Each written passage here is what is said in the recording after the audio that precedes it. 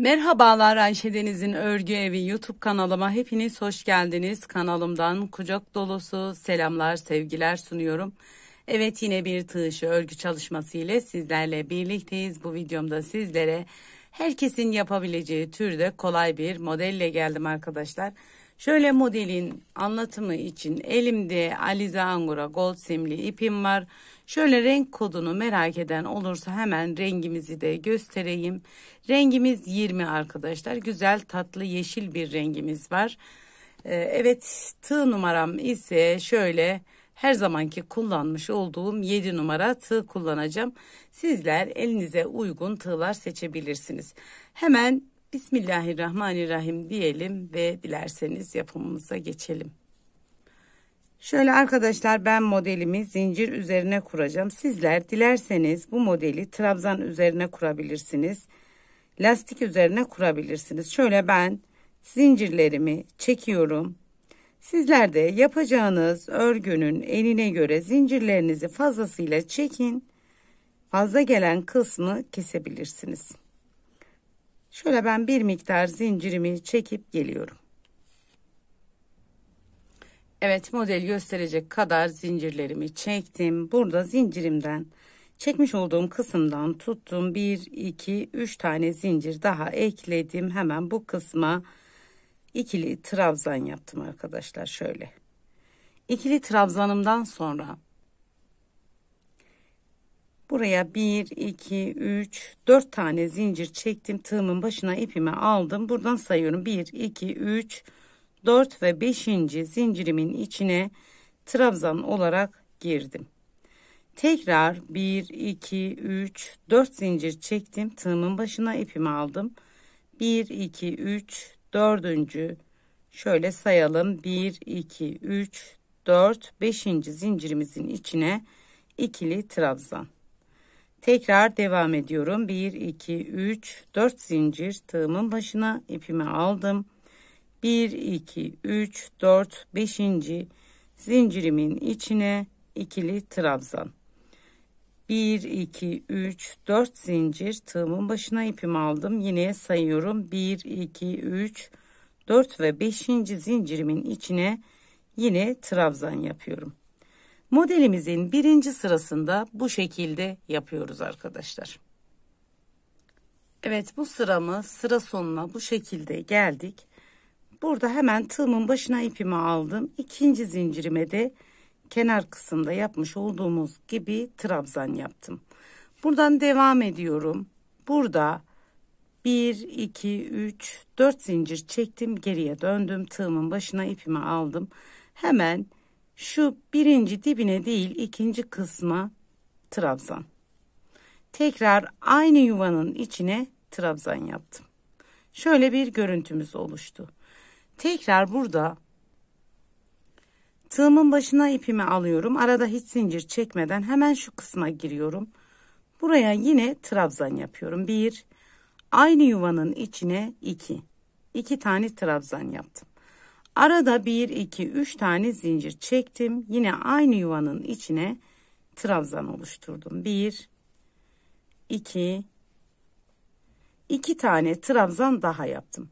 Tığımın başına ipimi aldım. Hemen diğer yapmış olduğumuz bir alt sıradaki trabzanın içine yine bir trabzan, 2 trabzan, 3 zincir, tığımın başına ipimi aldım. Aynı yuvanın içine trabzan. Yine tekrar aynı yuvanın içine trabzan. Şöyle bir görüntümüz oluştu. Devam ediyorum. Arada zincir çekmeden tığımın başına ipimi aldım. Diğer kısma geçtim. Yine buraya da bir tane trabzan, tekrar bir trabzan daha. Arada 3 tane zincir, tığımın başına ipimi aldım. Aynı yuvanın içine tekrardan trabzan yaptım. Yine devam ediyorum. Tekrar bir trabzan, 2, arada 1, 2, 3 zincir. Aynı yuvanın içine yine 2 tane trabzan. Evet arkadaşlar, bu sıramızı da bu şekilde sıra sonuna gelelim.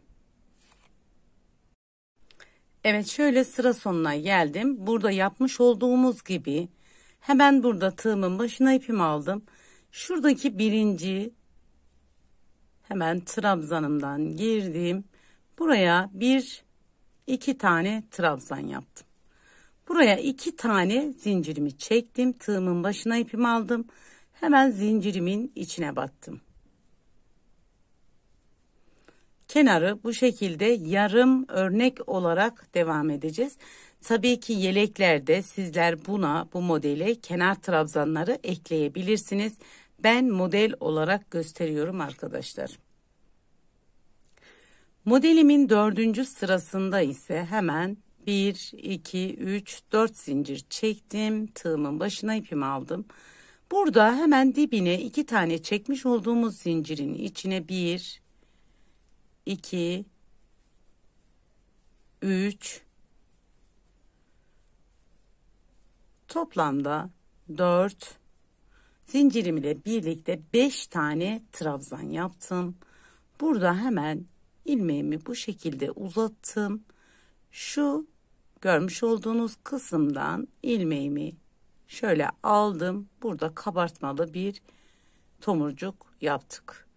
Burada şöyle bir tane sıkıştırdım. Tığımın başına ipimi aldım. Hemen şu kısma atladım. 1, 2, 3, 4, 5. 5 tane yine trabzan yaptım bu kısma. Yine burada ilmeğimi uzattım. Şöyle hemen birinci trabzanımdan bu şekilde ilmeğimi aldım. Şöyle kapattım. 1, 2, 3 tane zincirimi çektim. Tığımın başına ipimi aldım. Aynı şekilde buraya 5 tane trabzan daha yapıyorum. 1, 2, 3, 4, 5. Yine ilmeğimi uzattım. Burada hemen şu kısımdan ilmeğimi aldım. Kapattım. Şöyle sıkıştırdım. Devam ediyorum. Burada bir zincirimi çektim. Tığımın başına ipimi aldım. Diğer kısma 1, 2, 3, 4, 5. Şöyle hemen bir görüntümüz oluştu. Tekrar aynı işlemi yapıyorum. Buradan ilmeğimi aldım. Bu kısımdan çıkardım. 1, 2, 3. Burada yapmış olduğum zincirim ile birlikte 4 tane zincir. Tekrar 1, 2, 3, 4, 5. Hemen ilmeğimi bıraktım. Şu kısımdan ilmeğimi aldım, çıkardım, sıkıştırdım, bir zincir. Hemen diğer modelime atladım. 1, 2, 3, 4, 5.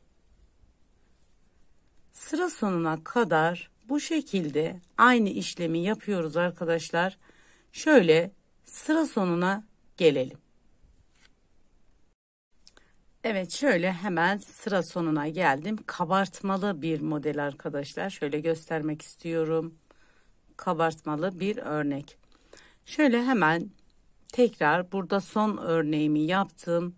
Şöyle bir sıkıştırdım. Arada bir tane de zincirimizi unutmayalım. Burada hemen şu kenar kısma nasıl yaptıysak tığımın başına ipimi alıyorum. Buradan giriyorum. 1, 2, 3,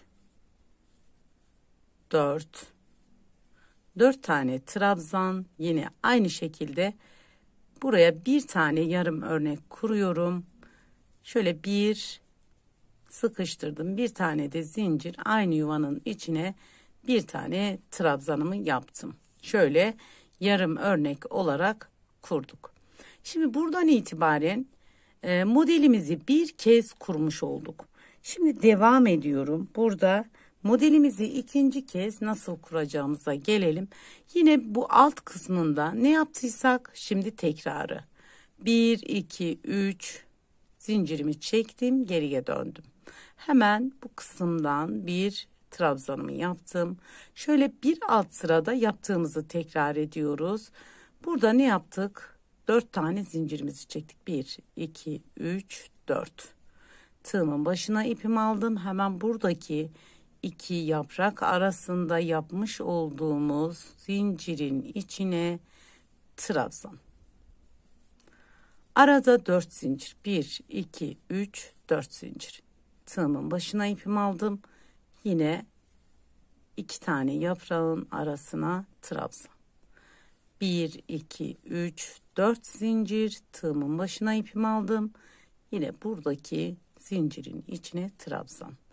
1, 2, 3, 4 zincir. Yine tığımın başına ipimi aldım. Bu kısma giriyoruz. Yani bir alt sıradaki yapmış olduğumuz sırayı takip ediyoruz.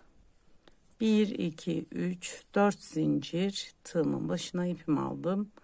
Bu şekilde kendini tekrar eden bir örnek bu. Dediğim üzere modelimizin tekrarıydı arkadaşlar. Kabartmalı, 2 yapraklı bir model. Şöyle tığımın başına ipimi aldım. Yine burada yine 1, 2, 3, 4 zincir. Şimdi burada yine bu kısma giriyorum. Şöyle zincirin içine batıyorum. Bir trabzan, kenarda da 2 trabzan yapmıştık. Şöyle bu kısımda da 2 tane trabzan yapmıştık. Bir üst sırada örnek kurduğumuz zaman açılıyor arkadaşlar zincirlerimiz. Tekrar burada ikinci sırada ise yapmış olduğumuzu tekrar ediyoruz. 1, 2, 3, 4 zincir çektim, geriye döndüm. Hemen şu kısma bir tane ikili trabzanımı yaptım. Hiç zincir çekmedim. Diğer hemen şu kısma giriyorum. Yine buraya model yeri kuruyoruz. 1, 2, 1, 2, 3 zincir aynı yuvanın içine trabzan. Evet, çok videomu uzatmak istemiyorum.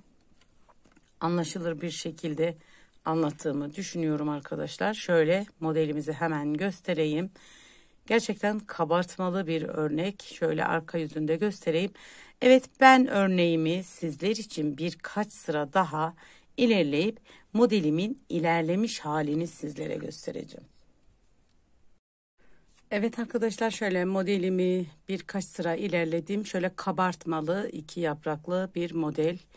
Şöyle yakından göstereyim. Şöyle kabartmaları bu şekilde duran. Şöyle arka yüzü ise şöyle görünüyor arkadaşlar, arka yüzü. Tabii ki ben küçük bir parça üzerinde anlattım. Sizler büyük parçalarda modeliniz kendini daha da güzel gösterecektir. Evet, bu modelden neler yapabiliriz? Bu modelden etol şallar yapabiliriz. Yelekler yapabiliriz arkadaşlar. Şöyle aklınıza gelebilecek her türlü tığ işi örgü alanında kullanabileceğiniz, kolayca yapabileceğiniz bir model anlatımı ile geldim. Evet arkadaşlar, bir videomuzun daha sonuna geldik. Bu aşamaya kadar beni izlediğiniz için çok teşekkür ederim. Bir diğerki videomuzda görüşmek dileğiyle. Allah'a emanet olun. Hoşça kalın. Kendinize iyi bakın.